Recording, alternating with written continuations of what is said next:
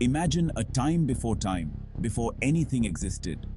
A vast, empty void, silent and still, where not even the concept of existence had taken root. The Greeks called this primordial chaos, a swirling void, a churning mass of potential and possibility where the seeds of creation lay dormant. It wasn't very exciting. Then, out of this chaos, came Gaia, Earth. She emerged as the first solid form, the foundation upon which everything else would be built.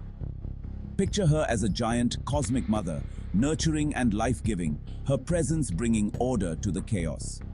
She wasn't alone for long. From her sprang Uranus, the sky, a vast expanse that stretched above her. Together, they formed the first divine couple, and from their union came a whole bunch of kids, the Titans. Now, Uranus wasn't exactly father of the year material. He was a bit controlling, to put it mildly. He feared the power and potential of his children. He locked up his own children in Gaia's belly because he was afraid of their power. Imagine the tension, the frustration of being confined within the very earth.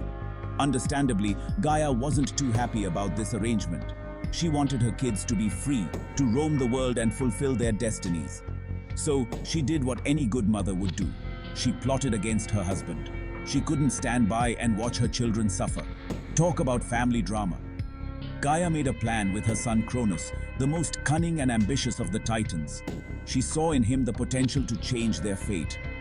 She gave him a powerful weapon, a sickle forged from the very earth, and with a swift, decisive move, Cronus overthrew his father, Uranus.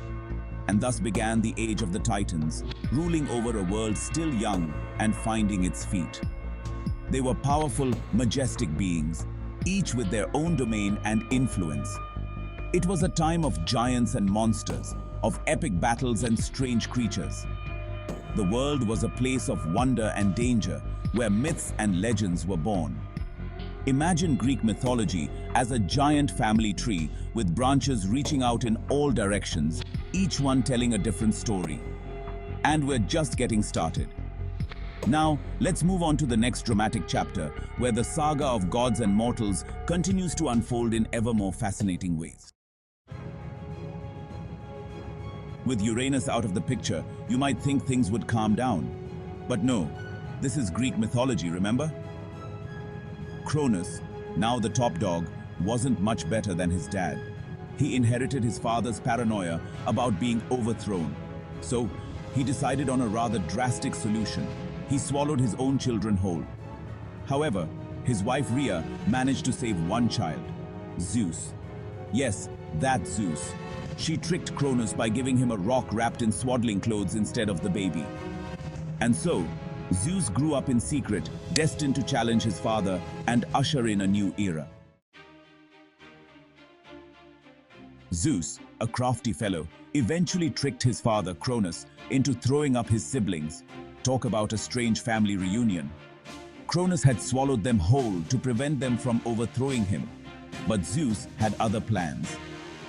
With his siblings freed, they were ready to challenge the old order. This led to a massive war between the Titans and Zeus and his siblings, known as the Titanomachy. The battle raged for 10 long years, with both sides displaying immense power and ferocity. The Titans, led by Cronus, were formidable opponents, but the Olympians had a secret weapon. It was a clash of epic proportions, with mountains crumbling and the seas boiling. The very earth shook under the weight of their conflict, and the skies were filled with thunder and lightning. The natural world seemed to be on the brink of collapse. In the end, Zeus and his siblings, the Olympians, were victorious. They had managed to outsmart and overpower the Titans, thanks in part to the help of the Cyclopes and the Hecatoncheires, who provided them with powerful weapons. They banished the Titans to the darkest corners of the underworld, specifically to Tartarus, a deep abyss used as a dungeon of torment and suffering. With the Titans out of the way, the Olympians established their own rule on Mount Olympus, the highest mountain in Greece. This marked the beginning of a new era, the age of the Olympian gods. They brought with them a new order and a new set of rules, but family drama was far from over. The Olympians were known for their rivalries, love affairs, and power struggles. Now, let's meet some of these powerful and often dramatic Olympians. From the mighty Zeus, king of the gods, to Hera, the queen, and their many siblings and offspring, each had their own unique stories and personalities that shaped the ancient world. First up is Poseidon, the god of the sea. Imagine a muscular, bearded god with a trident that could shake the earth and create storms. He was a powerful but moody god, prone to fits of rage when things didn't go his way. One time, he got into a competition with Athena, goddess of wisdom, over who would be the patron god of Athens. Poseidon, being a bit impulsive, struck the ground with his trident, causing a spring of salt water to erupt. Not very useful, right? Athena, being more practical, gifted them an olive tree. Guess who won that contest? Section 5. Hera. Don't cross the queen of the gods. Next we have Hera, Zeus's wife and the queen of the gods. She was the goddess of marriage and family, but don't let that fool you. She was also known for her jealousy and vengeful nature, especially when it came to Zeus's, shall we say, wandering eye. Let's just say, if you were a nymph or mortal who caught Zeus's attention, you didn't want Hera finding out. She had a way of turning things, well, unpleasant. But beneath her anger, Hera was a protector of women and a symbol of marital devotion. Section 6. Hades, ruler of the underworld, but not a bad guy. Now on to Hades, the ruler of the underworld. He often gets a bad rap, what with ruling over the dead and all. But contrary to popular belief, Hades wasn't evil. He was just a serious, responsible god who got stuck with a tough job, managing the realm of the dead. Think of him as the cosmic accountant, making sure everything ran smoothly in the afterlife. He even had a three-headed dog named Cerberus guarding the entrance to make sure no one escaped. Talk about job security. Section 7. Myths and Mayhem. When gods interfere with mortals. The Olympians weren't just sitting around on Mount Olympus all day though. They were far from passive observers. They loved to meddle in the affairs of mortals, often with dramatic and unpredictable results. These divine interventions were the source of countless myths and legends, each more fascinating than the last. Take the story of King Midas, who wished for everything he touched to turn to gold. Sounds great, right? A dream come true for anyone who desires wealth. Well, it was, until he tried to eat. His food turned to gold, making it impossible to satisfy his hunger. His blessing quickly became a curse. Or the tale of Arachne, who boasted about being a better weaver than Athena. Her pride led her to challenge the goddess herself. Let's just say, Athena didn't take too kindly to that challenge.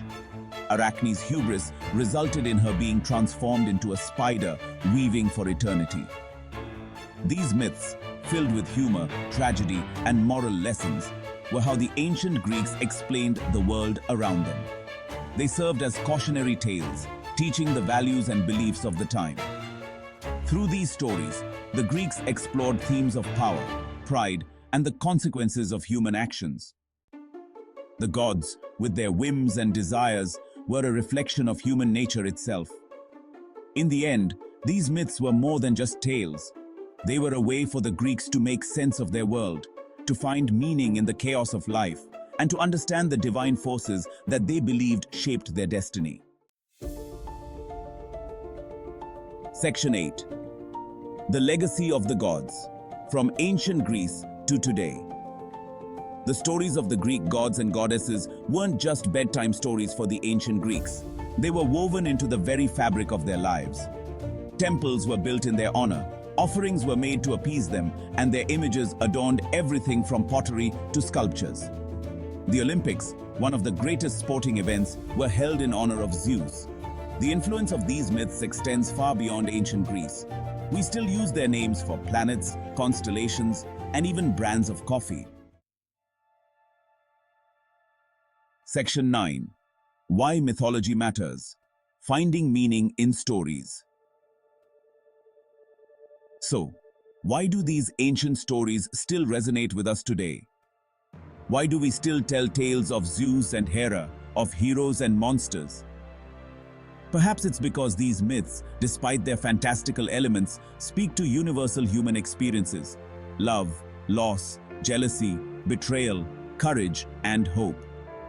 They remind us that even gods and goddesses struggled with the same emotions and dilemmas we face today.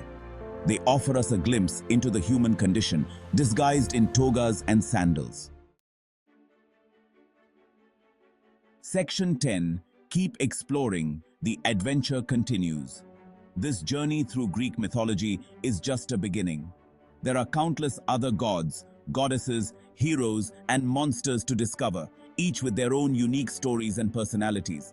So delve into the world of ancient Greece, explore the myths, and let your imagination soar with the Olympians.